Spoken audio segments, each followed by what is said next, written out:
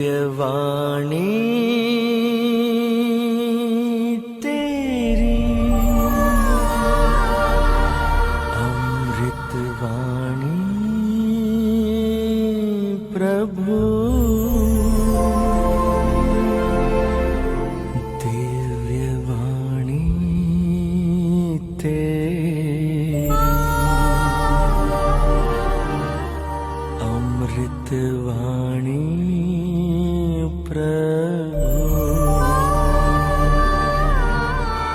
संत यूहन्ना के अनुसार प्रभु यीशु क्रिस्त का पवित्र सुसमाचार अध्याय 14 वाक्य संख्या 7 से 14 तक।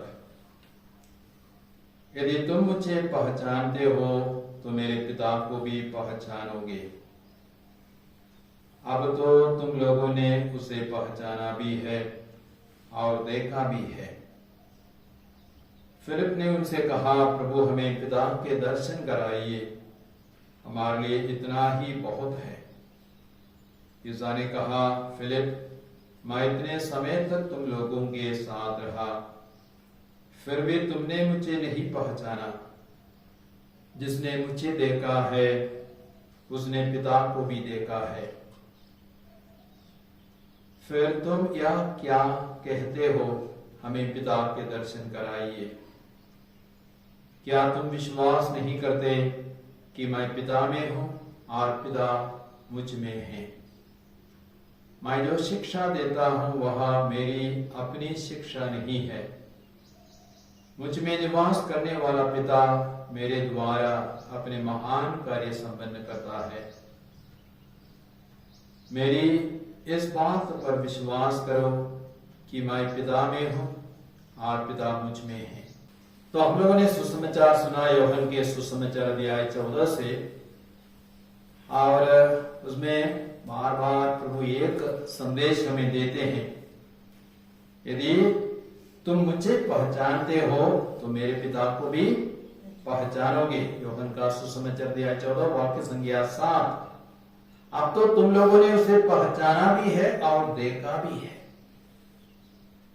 अब तो तुम लोगों ने उसको पहचाना भी है और देखा भी है। और तब फिलिप बोलते हैं, प्रभु हमें पिता का दर्शन कराइए। तब यीशु क्या कहते हैं, फिलिप तुम इतने समय तक मेरे साथ रहे, फिर भी तुमने मुझे नहीं पहचाना। जिसने मुझको देखा है उसने पिता को देखा है। जिसने मुझको देखा है उसने पिता को देखा है। जिसने मुझको देखा है उसने पिता को देखा है। जो मेरी वाणी सुनता वह उसकी वाणी सुनता। जो मेरी वाणी सुनता वह उसकी वाणी सुनता। जिसने मुझको देखा है उसने पिता को देखा है। जिसने मुझको देखा है उसने पिता को देखा है। तो प्रभु यीशु संसार में क्यों आए?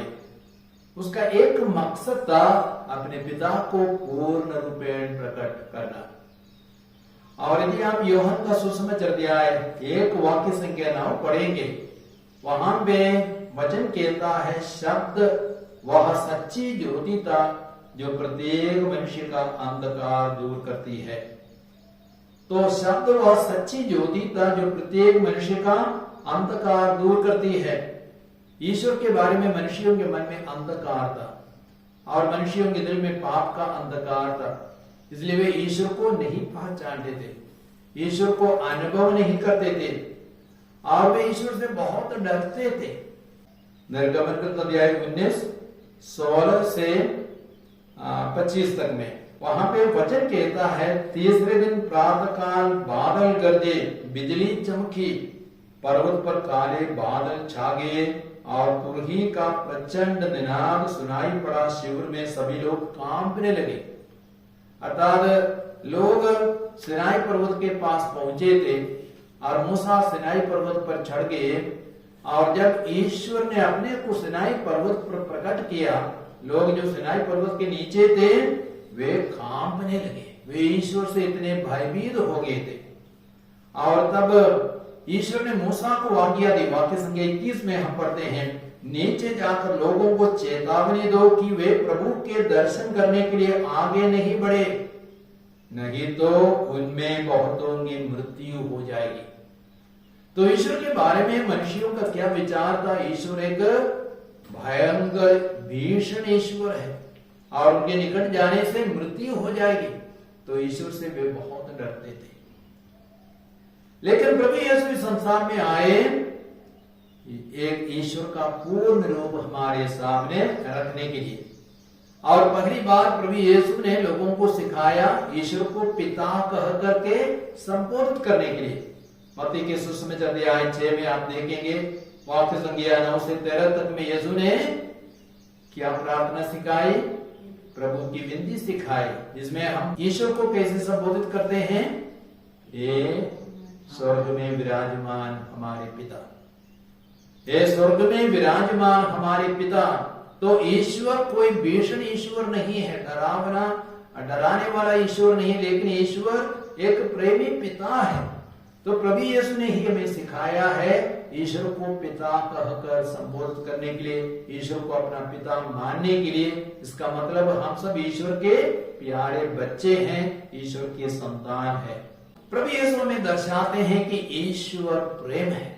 और बाइबल में हम ईश्वर की सबसे सुंदर परिभाषा को देख सकते हैं। यूहन्ना का पहला पत्र अध्याय 4 वाक्य संख्या 8 और 16 में 2 बार संत यूहन्ना लिखते हैं कि ईश्वर प्रेम है। और प्रभु यीशु के माध्यम से हम ईश्वर के महान प्रेम को पहचान सकते हैं। यूहन्ना के सुसमाचार 15:13 में वचन क्या कहता है? इससे बड़ा किसी का प्रेम नहीं कि एक व्यक्ति अपने मित्रों के लिए अपना प्राण अर्पित कर दे। अर्थात यीशु एक ऐसा ईश्वर है जो हमारे लिए अपने प्राण को भी त्यागता है। इसका मतलब यीशु ने हम सबों को अपने से भी अधिक प्यार किया। तो प्रभु यीशु हमें सिखाता है कि ईश्वर साक्षात प्रेम है और उसी प्रेम से प्रेरित होकर के प्रभु यीशु ने बहुत सारे रोगियों को चंगा किया, अंधों को आंखें दी, बकरों को कान दी, लंगड़ों को चलने की शक्ति दी, मुर्दों को जगाया, कोढ़ियों को शुद्ध किया, अनेक चमत्कार किए। प्रभु यीशु ने 5 रोटियों से 5000 लोगों को तृप्त किया, काना के विवाह भोज में पानी को अंगुरी में बदल दिया। तो प्रभु यीशु ने पिता को पूर्ण रूपेण, पिता के प्रेम को पूर्ण रूपेण हमारे सामने प्रस्तुत किया है। तो यीशु के माध्यम से हम जानते हैं हमारा ईश्वर एक प्रेमी पिता है, प्रेमी ईश्वर है। तो यीशु के माध्यम से हम जान सकते हैं कि पिता कौन है? वह क्षमा है, वह क्षमा करने वाला एक ईश्वर है। इस्राएली अक्सर ईश्वर के बारे में क्या सोचते थे? वह दंड देने वाला भयंकर ईश्वर है, बदला लेने वाला ईश्वर है।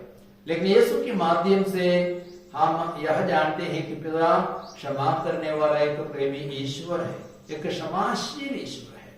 मत्ती के सुसमाचार अध्याय 9 में वाक्य संख्या 1 से 8 तक में जब अर्धांग रोगी यीशु के सामने प्रस्तुत किया गया, सबसे पहले यीशु ने उसे क्या कहा? बेटा ढारस रखो, तुम्हारे पाप क्षमा हो गए हैं।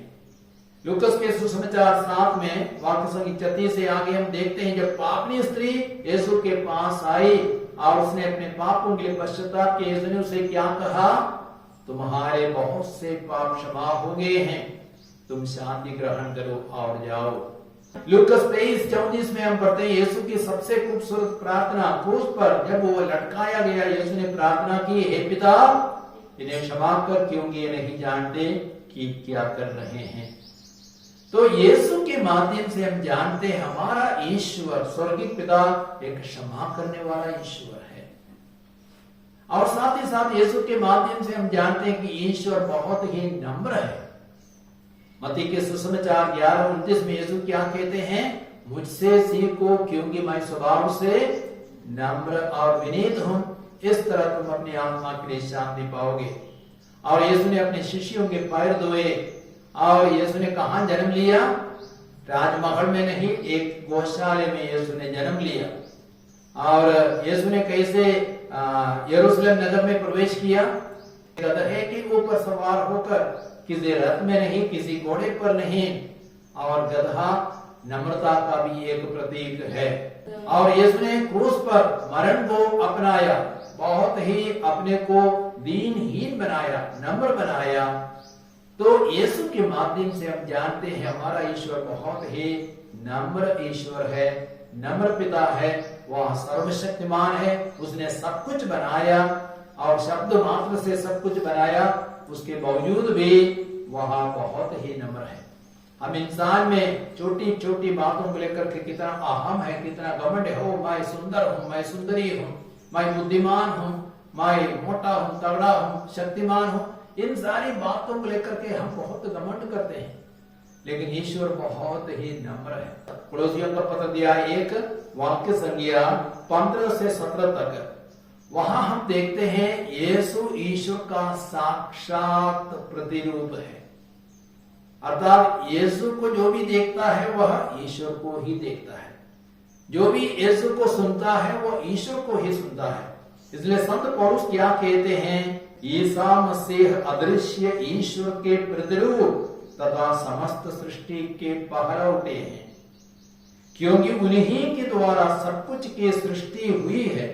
सब कुछ, चाहे वह स्वर्ग में हो या पृथ्वी पर, चाहे दृश्य हो अदृश्य, और स्वर्गदूतों की श्रेणियां भी, सब कुछ उनके द्वारा और उनके लिए सृष्टि किया गया है। वह समस्त सृष्टि के पहले से विद्यमान है और समस्त सृष्टि उनमें टिकी हुई है। संत पौलुस क्या कहते यीशु के बारे में, वह अदृश्य ईश्वर के प्रतिरूप है। ईश्वर को पूर्ण रूपे 100% प्रकट करने के लिए प्रभु यीशु इस संसार में आए, और इसलिए भी यीशु ने कहा है संसार की ज्योति मैं हूं। यूहन्ना के सुसमाचार अध्याय 8 वाक्य संख्या 12, ज्योति का एक काम है प्रकाश में लाना, प्रकट करना। तो प्रभु यीशु पिता ईश्वर को हमारे सामने प्रस्तुत करने के लिए, पूर्ण रूप में प्रकट करने के लिए इस संसार में आए। तो इसलिए जब भी हम यीशु को देखते हैं हम पिता को देखते हैं, जब भी हम यीशु को सुनते हैं पिता को सुनते हैं। तो आइए आज हम उस प्रभु के लिए प्रभु को धन्यवाद दें, ईश्वर को धन्यवाद दें कि हम ईसा के माध्यम से पिता ईश्वर को पूर्ण रूप में जान सकते हैं।